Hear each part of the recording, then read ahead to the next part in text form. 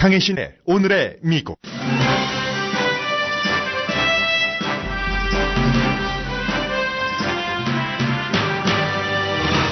합법 이민자도 타겟이 될 수 있는 이민 추방 가이드라인이 시행되자마자 대학생인 드리머가 체포됐다 풀려났습니다.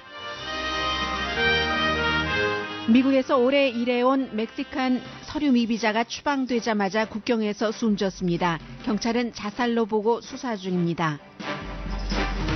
드리머가 추방 대상에서 제외된 것은 다행이지만 나머지 시행령은 지나치다고 월스트리트저널이 사설에서 평했습니다. 한인 언론과 주요 미국 언론 대부분은 오늘 아침 서류 미비자 추방과 경제의 연관에 대해 전합니다. 트럼프 대통령이 공약한 경제 성장을 이루려면 이민 포용 정책을 펼쳐야 하는 이유가 경제 전문지 월스트리트저널에 실렸습니다. 성전환 학생들의 신변을 보호한다는 뜻으로 행해졌던 오바마 전 대통령 시절의 화장실 정책이 어제 뒤집혔습니다. 뉴햄프셔주에서 발행되는 유니언 리더는 사설에서 옳은 결정이라고 지지합니다.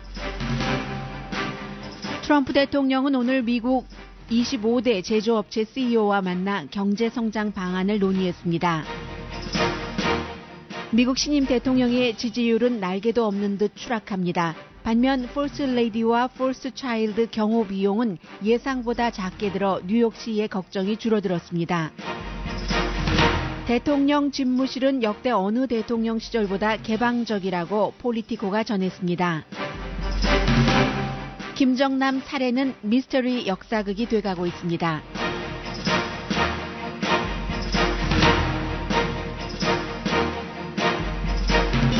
여러분 안녕하십니까? 오늘의 미국 강혜신입니다. 제가 기사를 읽어보지는 못했습니다. 이제 뉴스를 여러분들께 전해드리는 것을 이제 다른 곳에서 취합을 하느라고.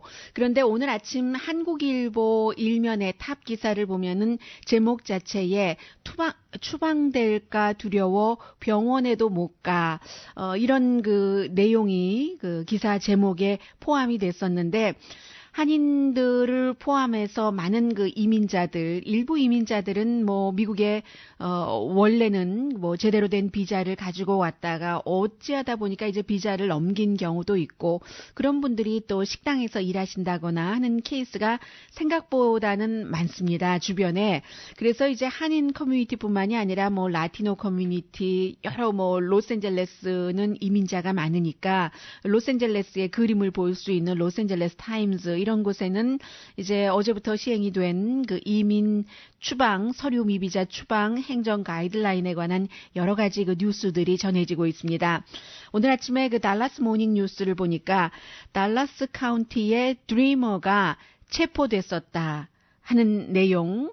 그런데 이제 이것도 그 달라스 지역에서 아주 그 가까운 그 리처드슨이라는 곳이군요. 그곳에서 일어난 일이기 때문에 이 텍사스의 주민들도 굉장히 그 또 본인은 아니라 할지라도 주변에 그런 사람들이 많이 있잖아요. 그런 분위기를 전하고 있는데 달라스 카운티입니다. 드리머가 25살의 에드윈 로메로라는 청년이 이제 1시 30분 어제 그 풀려나기는 했습니다. 그런데 그 전에 화요일 밤에 뭐 11시 몇 분인가 왜 체포됐냐면은 운전하던 중에 일단은 그 운전자 그 등록증이요. 그 유효기간이 지나서 체포됐다가 유효기간이 지나서 그 경찰에 의해서 정지 명령을 받기는 했는데 이제 다카 프로그램 카드를 갖고 있는 드리머였었던 거죠.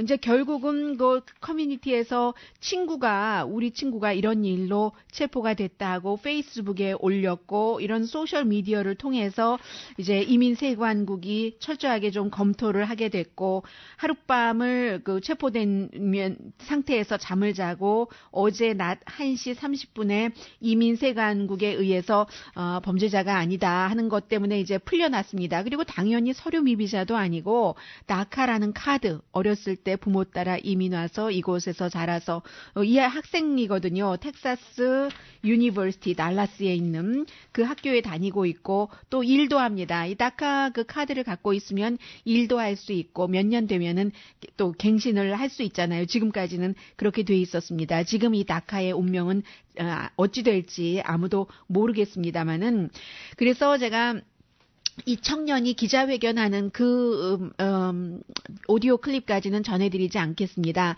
어제 제가 이민에 관한 그 방송을 여러분들께 해드린 후에도 다시 한번 확인한 것이 많은 그 코리안 아메리칸들이 이민에 대해서는 이 트럼프 행정부의 강한 정책 집행에 반대를 하고 있지만 그 반면에는 트럼프 대통령의 이 정책을 상당히 지지하고 계시는 분들도 많다는 것을 느꼈습니다. 제가 어제는 그 노골적으로 이민자 커뮤니티이기 때문에 이민자이기 때문에 이러한 그 이민자에 대한 행정명령은 합법적인 이민자에게도 역시 불똥도 튈 수 있고 그들의 그 자존심이라든가 또 그 생존 자체 그리고 살아가는 그 존엄성 자체도 나중에는 타격을 받을 수 있다라고 개인적인 의견을 분명히 말씀드렸습니다. 그랬더니 그 어떤 분이 방송을 그 들으신 분이 소셜 그 웹사이트에다가 강신혜를 추방을 해 트럼프 대통령님 강신혜를 추방해 주세요. 미국에 전혀 도움이 되지 않습니다. 이렇게 올리셔서 제가 굉장히 웃었습니다. 그런 일들도 있기 때문에 뭐 반반인지는 모르겠습니다만은 여러분의 생각과 다를 수도 있다는 것 말씀을 드립니다. 그래서 이 청년의 목소리를 전해드리지 않겠습니다. 너무나 그 드라마틱한 그 음성 그리고 이제 마음에서 나오는 그런 그 메시지였기 때문에 이 청년이 풀려나고 나서 뭐라고 얘기를 하냐면은 이 우리 커뮤니티가 이민자 커뮤니티니까요. 그 텍사스 지역에 친구들이 나를 위해서 뭔가 일을 해줄 줄 알았다. 우리 커뮤니티도 그러나 나를 지지해 주는 것을 충분히 이해는 했지만 지지에서 넘어서 나를 위해서 내 석방을 위해서 싸워줄 것을 알았지만 이렇게 빨리 그 석방될 줄은 몰랐다라고 청년이 얘기를 했습니다. 학생이면서도 동물병원에서 일을 하고 있고 그리고 이제 커뮤니티 자원봉사도 많이 그 하는 그런 그 청년, 그 드리머, 다카 카드를 갖고 있는 청년이 체포됐다 풀려났습니다. 그리고는 추방되고 나서 몇 분 만에 멕시칸 그 이민자가 44살에 오늘 로스앤젤레스 타임즈에 이름까지 나왔던데요. 올리브 발렌시아라는 세 아이의 아버지입니다. 그래서 이제 그 추방되고 나서 뭐 이민 세관국이 이 사람한테 음식이라든가 교통비라든가 임시로 이런 것을 이제 다 해주겠다고 했는데도 그 자리에서 그 사무실을 마지막 그 자존감은 지키는 거죠. 그 이민 세관국 그 어떤 그 뭔가 그 절차를 밟던 사무실을 즉시 그 스스로 떠나서 결국은 그 멕시칸주요 바하 캘리포니아에 이곳으로 가는데 그곳에 다리가 그 티와나와 샌디에고 그 국경에 다리가 있는데 그 근처 다리에서 떨어져서 숨진 채 발견이 됐습니다. 그래서 지금 이 내용은 오늘 저는 로스앤젤레스 타임즈를 통해서 보도를 해드리고 있습니다만 멕시코 그 스페니쉬 뉴스페이퍼에는 아주 그 자세히 나왔고 이 44살의 남성은 몇 년 동안 캘리포니아주 가디나에 살다가 최근에 이제 추방 절차를 그 밟던 중에 결국은 구류됐고 화요일 아침에 추방이 그 결정이 돼서 이제 이런 일들이 일어났습니다. 그래서 이제 그의 시신 옆에는 플라스틱 백이 있었는데 이민 관세국 어떠한 이민 관세국이 준 그 플라스틱 백이라는 것이 보이는데 소지품 같은 것 있었고 이제 병원으로 옮겨졌지만 병원에서 숨졌습니다. 그런데 이제 로스앤젤레스 타임즈가 멕시코 신문들을 쫙 그 리뷰를 해서 전한 바에 따르면 그가 다리에서 떨어지기 전에 주변에 뭐 목격자들이 있지 않았겠어요? 멕시코로 돌아가고 싶지 않다. 이렇게 얘기를 했는데 이 신문 가운데서도 제가 스페니쉬니까 안 읽겠습니다. 그 신문에 따르면 아주 뭐 라오피니언 이런 신문이 아니에요. 멕시코에서 발행되는 신문입니다. 트럼프 시대를 말해주는 사건이다. 이렇게 그 헤드라인을 달았다고 하고요. 그리고 이제 멕시코에 있는 이 남성의 친척들을 쭉 인터뷰를 했는데 이모라든가 조카라든가 뭐 물론 측근이니까 그렇게 얘기를 했겠지만 캘리포니아주에서 정말 열심히 일을 했고 2014년도에 아내가 숨졌는데 그 다음에는 그 아이들이 그 멕시코에 있는가 봅니다. 해서 그 아이들에게 뭐 많은 돈을 벌지는 못했지만 아버지로서 그 아이들의 그 생계비를 이곳에서 일해서 보냈는데 멕시코로 돌아가고 싶지 않다고 외쳤던 것은 멕시코에 가봤자 일자리가 없기 때문에 그랬다. 뭐 여러 가지 뭐 다 사정이 있습니다. 인도적인 사정, 뭐 그 나라에 일자리가 없어서 그 나라로 가면은 여러 가지 그 생명의 위협을 느껴서 등등. 그러나 이제 이런저런 것을 다 합쳐서 지금 새로 발효된 추방 명령에는 심지어는 합법자라도 2년 동안 미국에 거주했었다는 것을 증명하지 못한다던가 할 때는 그 추방자의 대상자가 된다는 것. 물론 여기에 대해서는 소급해서 국토안보부 장관이 다시 대규모적인 추방은 없을 것이다라고 얘기는 했지만 분위기는 오늘 한국일보 일면에 그 기사 제목이 보여주는 것처럼 추방될까 두려워 병원도 못 가. 이런 분위기가 아직은 있는 게 사실입니다. 오늘 월스트리트저널의 사설 트럼프의 추방 아주 대규모 추방이 아니라고 국토안보부에서 얘기를 해도 전 행정부와 비교할 때는 대규모니까요. 그래서 사설에 붙여진 작은 제목을 보니까 드리머를 일단 제외시킨 것에 대해서는 브라보라고 얘기를 합니다. 그러나 나머지 이 가이드라인은 지나치다 하는 게 월스트리트저널의 보도입니다. 일단 그 트럼프 행정부에서 지금 이 내용을 발표를 할 때 미국인의 안전 우선이다 하는 것을 강조를 했는데 그게 과연 안전이 우선이라는 것이 증명이 될까 하는 것, 그리고 비용이 너무 많이 든다는 것도 월스트리트저널 사설이 지적을 하고 있습니다. 이번 행정명령이라보다는 가이드라인에 따르면 경범자, 영주권자도 추방 대상에 포함이 되는데 그렇게 될 경우는 면허 없이 운전을 했었던 사람, 또 그 비자가 만료돼서 여러 그 뭐 업소에서 일을 하고 있는 종업원들도 타겟이 된다는 얘기라는 것을 말을 하면서 문제는 지난해 추방된 6만 5천 명 가운데 90%는 심각한 범죄를 저지른 사람이었고 그 가운데 2천 명은 갱단원이었다 하는 거죠. 이미 지난해에 시행되던 이민 추방령으로도 나쁜 사관은 뽑아낼 수 있었다는 것을 얘기를 하고 있습니다. 그런데 이제 그 새로운 그 추방 가이드라인에 따르면 이민 관세국 직원도 뭐 1,000명을 늘리고 뭐 국경수비대도 뭐 5,000명이죠. 그 정도를 늘리고 판사라든가 법 관계자도 많이 늘린다고 하는데 이러려면은 1년에 뭐 비용이 40억 달러가 든다고 하던가요? 어디서 계산해 놨는데 그 정도가 나왔고 지금 법무부에 그 58개의 이민 법정이 있답니다. 그 가운데서 이제 그 일하고 있는 사람이 많은데 그것을 또 늘리면 현재 이민 판사도 250명인데 이것도 늘리고 나면은 뭐 여러 가지 뭐 비용도 발생을 하고 뭐 등등의 얘기를 많이 그 지적을 하면서 그리고 또 이렇게 구류되는 사람들이 많으면 구치소의 그 비용이 크게 증가해서 지난해에 다 그 구류를 할 수가 없기 때문에 이런 사람들을 호텔에 나눠서 재운다던가 할 경우에는 이 사람들이 일은 하지 못하면서 하루에 뭐 할러데이인인가요? 그곳에서 125달러를 주고 재워야지 되는 등등의 여러 가지 일반 사람들이 생각하지 못하는 비용 문제도 발생을 한다. 안전과 미국 사람들에게 일자리를 주기 위해서 이렇게 그 서류 미비자를 뽑아낸다. 이민자까지 포함해서 이렇게 생각을 한다면 이게 굉장히 모순적인 게 비용만 더 많이 들어가는 모순적인 게 있다고도 얘기를 하면서요. 트럼프 대통령을 지지하는 사람들은 이 법을 집행하기를 법은 아니죠. 의회에서 하지 못한 것을 했으니까 이것이 집행되기를 원하지만 그러나 결국은 노동력 부족이라는 그런 그 경험으로 생산성 저하를 겪게 될 것이라고 얘기를 하고 있습니다. 이민 범죄를 줄이기 위해서라면 이 같은 반이민 분위기는 안 되는 된다. 또 커뮤니티에서 이민사회에서 경찰국과 그 협조가 잘 안 되는 그런 문제도 있고요. 그래서 비용 문제와 경제적으로는 왜 마이너스인가 하는 것은 월스트리트저널이 다른 전문가를 통해서 이제 또 다른 지면에서 얘기를 했거든요. 그 부분에 대해서는 9시 30분경에 전해드리겠습니다. 그리고 오늘 그 크리스천 사이언스 모니터는 트럼프 그 대통령 행정부의 이번 그 추방 가이드라인이 좀 융통성 있다고 표현을 하고 있거든요. 터프하다는 것은 이민자를 포함해서 모든 미국에서 태어나지 않은 사람이 지금 한 그 4천만 명 정도?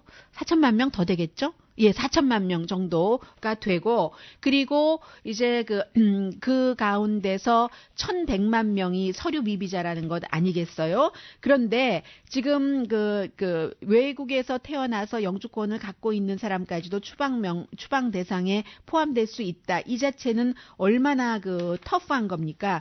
터프한 것인데, 그나마 이제 다카, 드리머에 대해서는 추방 대상에 포함시키지 않은 이런 그 융통성을 트럼프 대통령이 보인 것은 의회에서 결정하도록 열어두려는 뜻인가?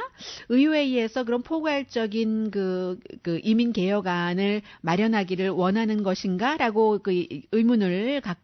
의문표를 달았습니다. 오늘이 이제 렉스 틸러슨 국무부 장관이 멕시코에 도착을 했습니다. 국무부 장관 인준은 참 어렵게 받았지만 조용하게 지금 일을 하는 편이고요. 그래서 과연 멕시코에서 트럼프 대통령과 멕시코 대통령이 다시 만나게 된다면, 지난번에 만나기로 해놓고는 이민 장벽 건설하는데 돈 안 내면 우리 안 만나는 게 낫지. 트럼프 대통령이 먼저 트위터에서 했기 때문에 멕시코 대통령이 취소를 해서 못 만나고 있는데, 그래서 이제 어차피 만나기는 만나야 되는 사람들이잖아요. 이웃 사람들이니까 지정학적으로. 그래서 이제 이 틸러슨 국무장관이 가서 두 나라 대통령이 만나기 전에 전쟁 쪽으로 가는 것인가, 멕시코와 미국이, 아니면 평화 쪽으로 가는 것인가, 이 문제를 조율을 하겠죠. 트럼프 대통령이 전쟁을 원한다고 믿는 사람은 많지 않을 것 같고요.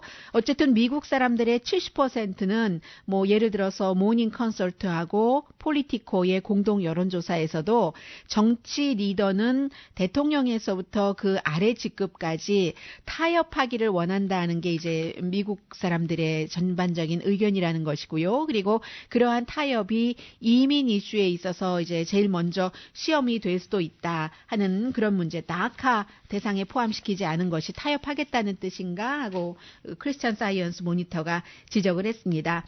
네, 미국 사람들 인구 3억 2천만 명 가운데 외국 태생이 4천만 명 맞습니다. 말씀드리면서 검색했어요. 그리고 잠시 뒤에는 지금 트럼프 대통령에 대해서 행정부에 대해서 여러 가지 얘기들이 나오고 있는데, 굿뉴스도 있고 배드 뉴스도 있고 생각했던 것과 다르네 하는 뉴스도 있습니다. 제가 느끼기에도라고 표현드린 것은 아무래도 저의 직업이 미국 뉴스를 여러분들께 전달해 드리는 일이기 때문에 여러분들보다는 하루 일정량을 뉴스를 모니터하는 시간이 길지 않겠어요. 그런데 제가 보기에도 이 뉴스는 새롭네 하는 거, 이 새로운 것인데 시도가 좋은 거죠. 시도가 좋게 이렇게 새롭게 시작됐으니까 어떻게 갈까 궁금한데 하는 내용들도 있습니다. 잠시 뒤에 전해드립니다.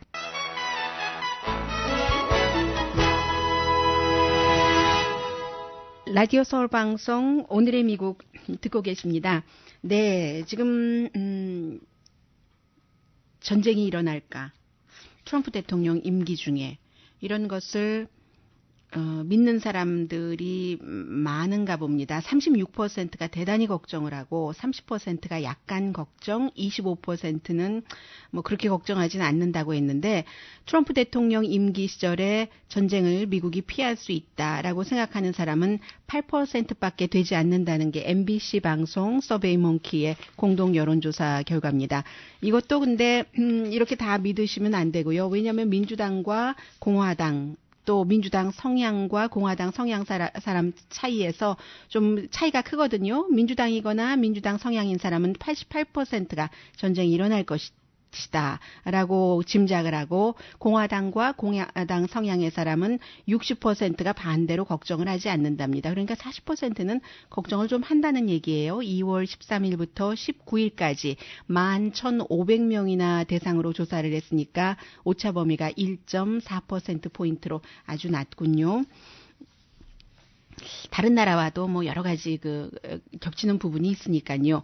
그리고 퀴니피악 유니버시티 하면은 지금 미국의 정치에 관한 여론조사 가운데서 가장 보수적이고 공화당에게 플러스가 되는 거, 트럼프 대통령에게 플러스가 되는 결과가 비교적 많이 나오는 그런 여론조사 기구입니다. 그런데 이 퀴니피악 대학교의 여론조사 결과 트럼프 대통령에 대한 지지도가 38%밖에 되지 않습니다. 정말로 최악으로 지금 내려가는 거죠.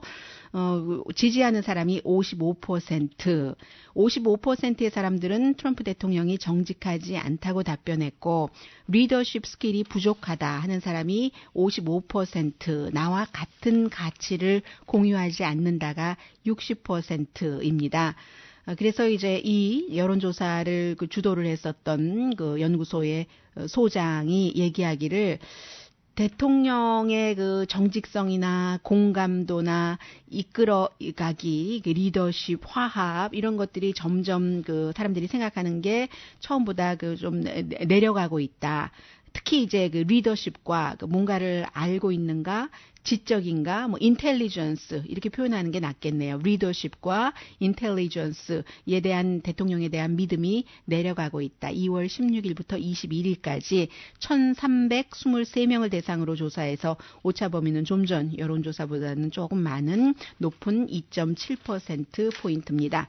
그런데 처음에 생각했었던 것보다는요. 지금 그 내용이 어디 갔나요? 네. 여기 있습니다.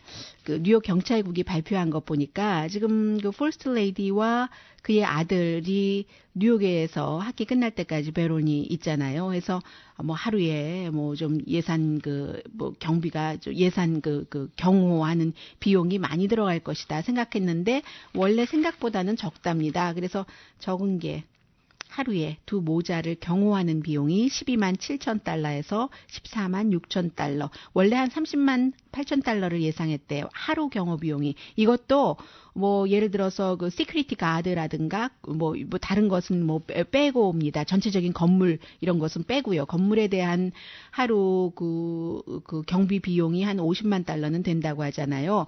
그래서 선거 한 날 12월 8일이었나요? 7일이었나요? 그때부터 취임하는 날 1월 거의 말 1월 20일까지 예상하기는 경호비용이 한 3,500만 달러 들 것이다 했는데 2,400만 달러가 들었고요. 그래서 이제 1년에 이렇게 만약에 계속 뉴욕에 머무른다면 그리고 이제 그러면 주말에 어떤 때는 대통령이 그곳으로 플로리다로 지금까지는 갔지만 플로리다로 가서 골프 친 비용이 1,000만 달러 나왔다고 하잖아요. CBS 방송 어제 보도하는 거 보니까. 그래서 이제 플로리다가 아니라 뉴욕으로 대통령도 가고 한다면 1년에 5천억 달러 정도는 드는 대통령까지 가면 6천억 달러군요. 그 모자의 경호 비용만 5천억 달러, 퍼스트 레이디와 퍼스트 차일드요. 그런데 이제 대통령이 가면은 1,000억 달러가 더 들어서 6천억 달러가 드는데 그래서 뉴욕시가 굉장히 걱정을 하는데 물론 연방 정부에 우리가 먼저 쓰기는 썼는데 이거 리임버스먼트 해주세요. 하면은 어디까지 나올지는 모르겠습니다만 지금까지 받은 것은 700만 달러, 쓴 비용은 얼마라고 말씀드렸죠? 하도 많으니까, 네. 쓴 비용은 2,400만 달러에서 3분의 1 정도는 받았군요. 그리고 폴리티코가 아주 길게 보도를 한 내용인데, 백악관 집무실에 도어가 오픈됐다. 제가 이 내용을 보면서 먼저 생각했었던 것이 얼마 전에 캐나다의 총리가 왔었을 때 집무실에 대통령 집무실 책상에 퍼스트 차일드인 이방카 트럼프가 대통령 책상에 앉아 있고 또 미국과 프랑스의 대통령은 앉아 있는 딸과 미국 퍼스트 차일드의 옆에 서 있고 하는 장면. 그리고 그 사진을 이방카 트럼프가 자신의 트위터에 올린 게 굉장히 저로서는 어색했었습니다. 그리고 많은 비난이 이어졌었어요. 이방카를 대통령으로 뽑지 않았는데 등등. 그런데 다른 그 대통령 임기 시절보다는 그런 모습도 일어날 가능성이 많이 원래 있었구나 하는 생각이 드는 게 트럼프 대통령의 집무실이 어느 역대 대통령 때보다 굉장히 그 오픈돼 있다고 얘기를 하거든요.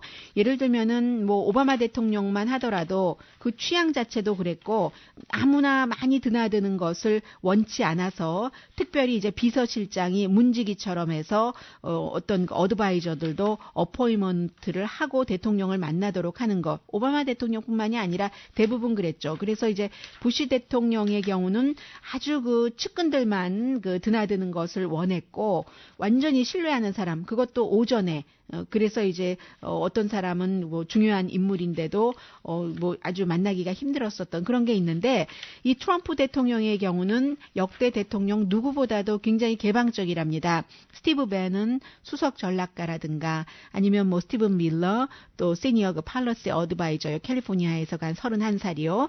그리고 뭐 사위라든가 아니면 또 그 뭐 자문 그 켈리안 코네이 같은 사람은 뭐 수시로 드나들고 그 밖에도 뭐 백악관 여러 그 자문들이 있고 하지 않겠어요. 뭐 백악관 대변인 또 뭐 비서실장은 뭐 당연하고 그런 사람들 심지어는 낮은 직급의 백악관 스텝도 자신의 그 상관의 허락을 받으면 필요할 때 대통령을 만날 수 있도록 공식 리스트는 없답니다. 지금 폴리티코가 보도하는 것을 보면은 그래서 이제 이런 것들이 트럼프 대통령이 늘 그 강조하는 뭐 오픈도어 팔러시 그게 이제 그 책 읽어보신 분들은 그 The Art of 딜에 나오는 그런 부분이잖아요. 그래서 언제나 그가 그 비즈니스맨으로 일하던 방식이었다고 할까요? 트럼프 타워 26층은 활짝 그 오픈돼서 뭐 미국의 CEO 가운데서 그런 CEO들이 많죠. 해서 70세의 이 CEO도 그렇게 해왔는데 백악관에 와서도 그런 방식을 그대로 그 취하고 있다는 것인데 이런 부분에 대해서는 이제 그 뭐 호불호가 있어서 일단 뭐 다르다는 것은 말씀드리고요.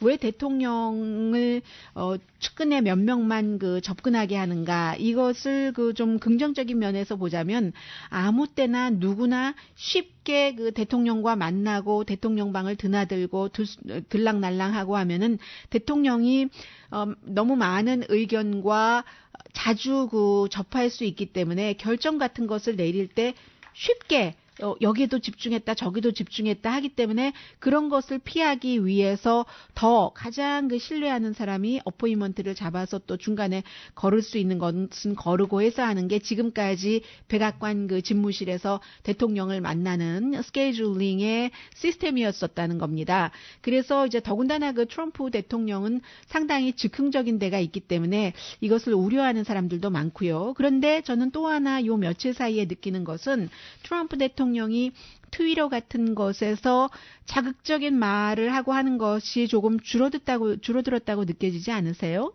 이를테면 이민 그 추방 지금 가이드라인이 발표되고 나서도 찬반이라든가 우려가 굉장히 많은데 이럴 때 다른 때 같으면 몇 번 정도는 트럼프 대통령이 트위터에서 뭔가를 사람들에게 메시지를 보냈어야지 되는데 뭐 날려보내듯이 하잖아요. 그런데 지금 아무것도 없는 것을 보면은 아마 트럼프 대통령도 지금 그 좀 바꿀 것은 바꾸면서 본인의 원래의 성향은 그야말로 뭐 즉문즉답식으로 그렇게 했지만 그 스피드를 조금 줄여가면서 신중하게 하려는 노력도 해보는 것 아닌가 긍정적인 것이죠. 그런 분위기 느껴지고요. 그리고 이제 또 하나는 항상 그 대통령의 행정명령이라는 것은 언제나 뒤집힐 수 있는 것이기 때문에 그래서 정말로 원하는 것이라면은 법으로 만들기를 원하는데 법으로 하려면은 이게 그 법 절차도 있고 또 이 상하원이 대통령의 뜻과는 반대되는 당이 장악했을 경우는 안 되고 해서 그럴 때에 대통령은 행정명령을 많이 발동시킵니다. 오바마 대통령도 뭐 임기 마지막에는 행정명령을 많이 냈잖아요. 임기 2기에는. 그래서 그 가운데 이제 중요한 행정명령 가운데 하나가 성전환을 한 학생도 보호를 받아야지 되기 때문에 화장실을 사용할 때 본인이 생각하는 성전환 전환을 했으니까 태어난 성이 아니라 전환한 이후의 성에 화장실을 쓰고 싶겠죠. 그래서 이제 어떤 그렇게 보호를 해줘야 된다 하는 행정명령을 발동을 시켰는데 그것이 이제 어제 싹 없어져 버렸던 겁니다. 대통령의 행정명령이기 때문에 어떤 그 법으로 구속되는 것은 아니잖아요. 그 다음 대통령이 오면은 지금 싹 없애버리는 건데 이러한 것에 대해서 이제 보수적인 주라든가 도시라든가 하는 것은 오바마 대통령의 반대를 하면서 차라리 그러면 뭐 중성이라든가 whichever라는 그렇게 이렇게 보내서 뭐 그 성전환 학생들이 특별히 사용할 수 있도록 대신에 원래 남자로 태어났고 여자로 태어났고 남자 여자로 당연히 한 번의 의심도 없이 생각하면서 사는 학생들은 그대로의 화장실을 쓸 수 있도록 한 학교들도 상당히 많았는데 그것을 지금 싹 이제 어제 뒤집어 본 겁니다. 오바마 대통령도 대통령이 그렇게 생각을 했고 당시에 법무장관과 교육부 장관이 그런 것을 지금 공립학교에는 시다를 마치 하달 내지는 시다를 했는데 이번에는 법무장관과 그 교육부 장관이 분명히 이 부분에 대해서는 청문회 할 때도 그 오바마 대통령의 행정명령을 지지하지 않는다는 것을 표시를 했고 이번에도 이제 그렇게 가겠죠. 이 부분에 대해서는 많은 언론이 사설을 실지는 않았습니다. 왜냐하면 아직까지도 뭐 동성애자, 성전환자 하는 이슈는 굉장히 뜨거운 이슈 자체로는 온도는 높습니다만 해당자는 적기 때문에 그런데 오늘 그 뉴햄프셔에서 발행되는 뉴햄프셔 유니언 리더라는 신문이 사설에서 짧은 사설입니다. 이 그 행정명령 뒤집은 것을 지지를 했습니다. 뉴햄프셔 교육구도 성전환자가 그 자신이 원하는 성에 따라서 사용할 수 있는 베스룸 또 라커룸도 있죠. 그 정책을 그대로 그 전임 대통령의 그 같은 행정명령에 따라왔는데 그 또 뉴햄프셔 교육구에는 딱 그 드러내놓은 그 성전환 학생도 없었답니다. 그래도 그런 것을 따로 마련을 했는데 그런데 이제 어제 이것을 그 뒤집어서 없앤 것은 아주 그 잘한 일이라는 거죠.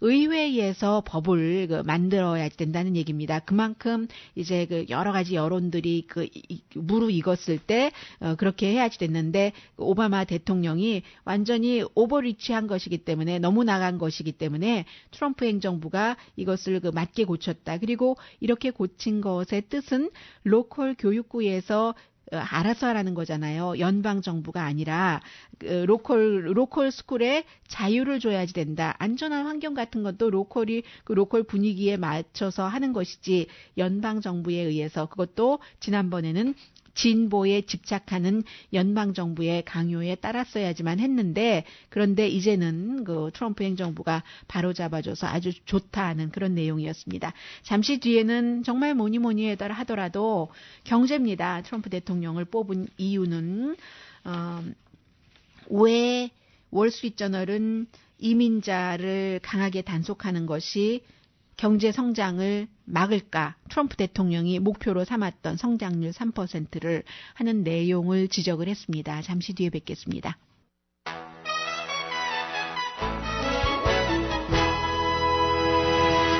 라디오 서울 방송 오늘의 미국 듣고 계십니다. 오늘 아침에 이제 트럼프 대통령이 많은 그 25개 큰 제조업체의 CEO들과 백악관에서 만나서 여러 가지 얘기를 했는데 그 가운데서 이제 뭐 가장 중요하게 강조한 것이 본인이 이제 대통령이 되고 난 뒤에 미국에 얼마나 많은 그 일자리가 새로 만들어지게 되는 것인가 하는 부분을 상당히 강조를 했습니다. You know what you're going to do great and you're going to make more planes. It's going to work out the same or better.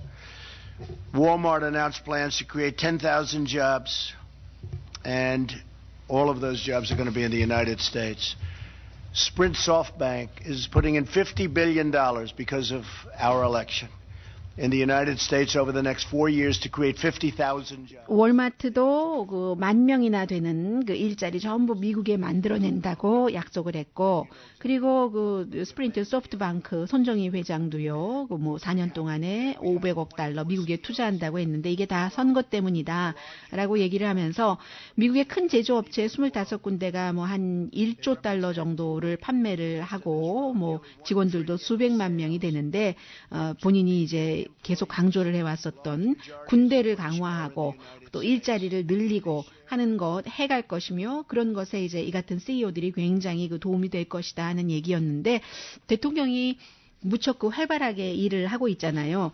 그런데 제가 그 광고 나가기 전에 트럼프 대통령이 좀 신중해지는 건 아닌가라고 말씀드렸는데 말씀드리자마자 이 말씀을 또 이 내용을 전하게 돼서 좀 송구스럽기는 합니다. 민망하기는 합니다. 왜냐하면 광고 나가는데 검색을 했더니 아까 그 자리에서 이런 일들도 있었군요. 미국의 25대 그 기업인들과 함께 일자리를 어떻게 하면 만들어내는가 하는 말을 하다가 갑자기 본인 골프 홀인원 한 것을 얘기를 하면서 그 제너럴 일렉트릭의 제프 이머즈 그 CEO에게 그 얘기 좀 해주겠어요? 라고 얘기를 하는데 그 어땠을까요? 이 제너럴 일렉트릭스의 CEO가 한번 보겠습니다.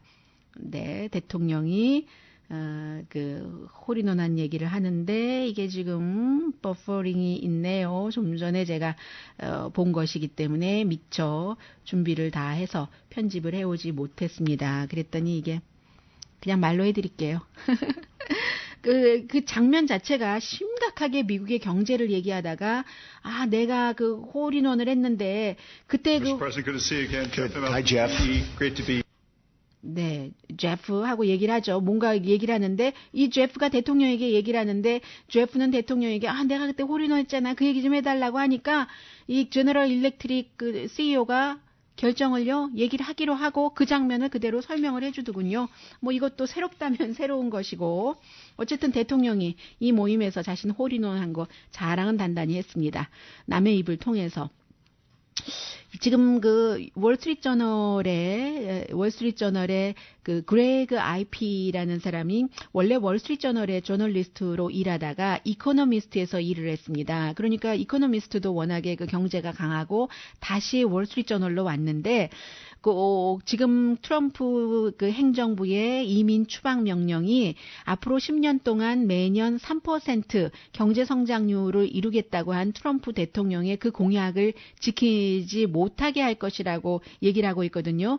왜냐하면 경제 성장의 결과라는 것은 사람이 얼마나 무엇을 생산해내느냐, 그리고 이제 뭐 플러스 뭐 여러 가지가 있겠지만 가장 중요한 것은 그것인데, 지금 연방준비제도나 의회 예산국 많은 경제 전문가들은 앞으로 몇 년 동안 10년 사이에 미국이 1년에 뭐 경제 성장이 한 2% 정도 될 것으로 예상을 하는데, 그것보다 50%가 많은 3%를 목표로 잡고 장담을 한다면 빨리 생산성을 많이 증가시켜야지 되는데, 이민 추방 행정 명령은 반대 방향으로 가게 할 것이다라는 얘기입니다. 왜냐하면 미국의 그 인구가 굉장히 고령화되잖아요. 일본처럼 노령화되기 때문에 결국은 노동시장이 돌아가려면 이민자에게 의존을 해야지 되는데, 트럼프 대통령은 불법 이민뿐만이 아니라 합법 이민까지도 추방뿐만이 아니라 제한을 하겠다고 이미 발표를 했잖아요. 지금 수준의 한 반 정도로 제한을 하겠다. 이게 미국인에게 일자리도 주고 공공 안전을 위해서 그렇다는 건데, 지금 합법 불법 이민자가 1년에 약 100만 명이랍니다. 그래서 이제 전체 인구의 뭐 0.3% 정도 되는데 1790년 이후 그 당시만 하더라도 0.4%였는데 최저까지 내려갔다는 얘기를 하면서 뭐 이민자를 반으로 줄여서 뭐 한 54만 명 정도로 하겠다는 이런 것은 굉장히 그 경제력에는 나쁜 일이 된다고 지적을 하면서, 이민자들이 젊잖아요. 65%가 일할 나이, 25세에서 64세. 그에 비해서 미국 사람들은 일할 나이가 적고, 그리고 이민자는 5%만이 65세 이상인데 미국 사람들은 지금 15%가 그 65세 이상이고 점점 늘어나고 있고, 그래서 이제 일하는 나이에 그 인구가 지금 이 트럼프 대통령의 경제 성장 1년에 3%를 맞추려면은 지금처럼 이민자를 줄이고 이민자를 추방하면은 딱 그 일본이 겪고 있는 것을 그대로 겪을 수밖에 없다라고 얘기를 합니다. 베이비 부모의 기하급수적으로 지금 늘어나는 여러 가지 내용들을 얘기를 하면서요.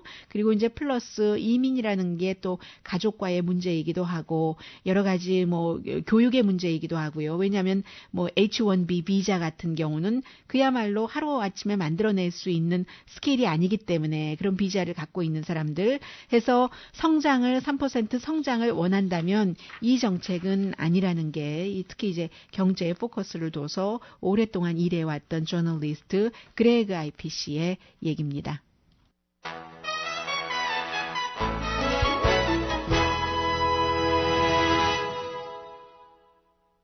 라디오 서울 방송 오늘의 미국 듣고 계십니다. 네, 지금 이제 이 부분은 점점 꼬이고 있기 때문에 미스테리라는 표현들이 어제 그제부터는 미국과 해외 언론에서는 많이 나오고 있습니다. 김정남 독살, 암살 등등으로 이제 다 표현이 될 수 있겠는데 그 사건입니다. 그래서 미스테리라고 표현하는 것은 일단은 북한이 지금까지 저질렀던 테러 다른 사건과 비교를 할 때 등장인물이 너무 많다는 것이요. 10명 정도나 되잖아요. 등장인물, 용의자가요. 그래서 칼기 폭발 사건범 김현희 씨가 아마 사안이 그렇게 중요했기 때문에 백업이라든가 또 조정하고 감독하고 하는 인물들을 많이 넣은 것 같다라고 했지만 어쨌든 현장에 수건을 덮은 사람 여자는 2명이고 나머지는 전부 지켜봤다던가 무엇을 했는지 모른다던가 이 등장인물이 지금 너무 많다는 것이요. 그래서 오늘 뉴욕타임스의 경우는 북한이 발표를 했잖아요. 김정남이라고 이름은 얘기하지 않고 북한 주민이 아니라 북한 국민이라고 했던가요? 그래서 말레이시아에서 그런 일이 있었는데 남한의 영향을 받고 이제 말레이시아가 내용을 조작했다라고 주장을 하고 있습니다. 그런데 이제 북한 정부도 말레이시아 대사를 통해서 김정남도 아니라고 하고 또 심장마비를 일으켰다고 하고 그러는데 이제 이게 어제 나온 얘기 가운데 하나가 두 여성이 그 정도의 독이었는데 맨손으로 독인 줄 충분히 알았다고 말레이시아 경찰도 얘기는 하고요.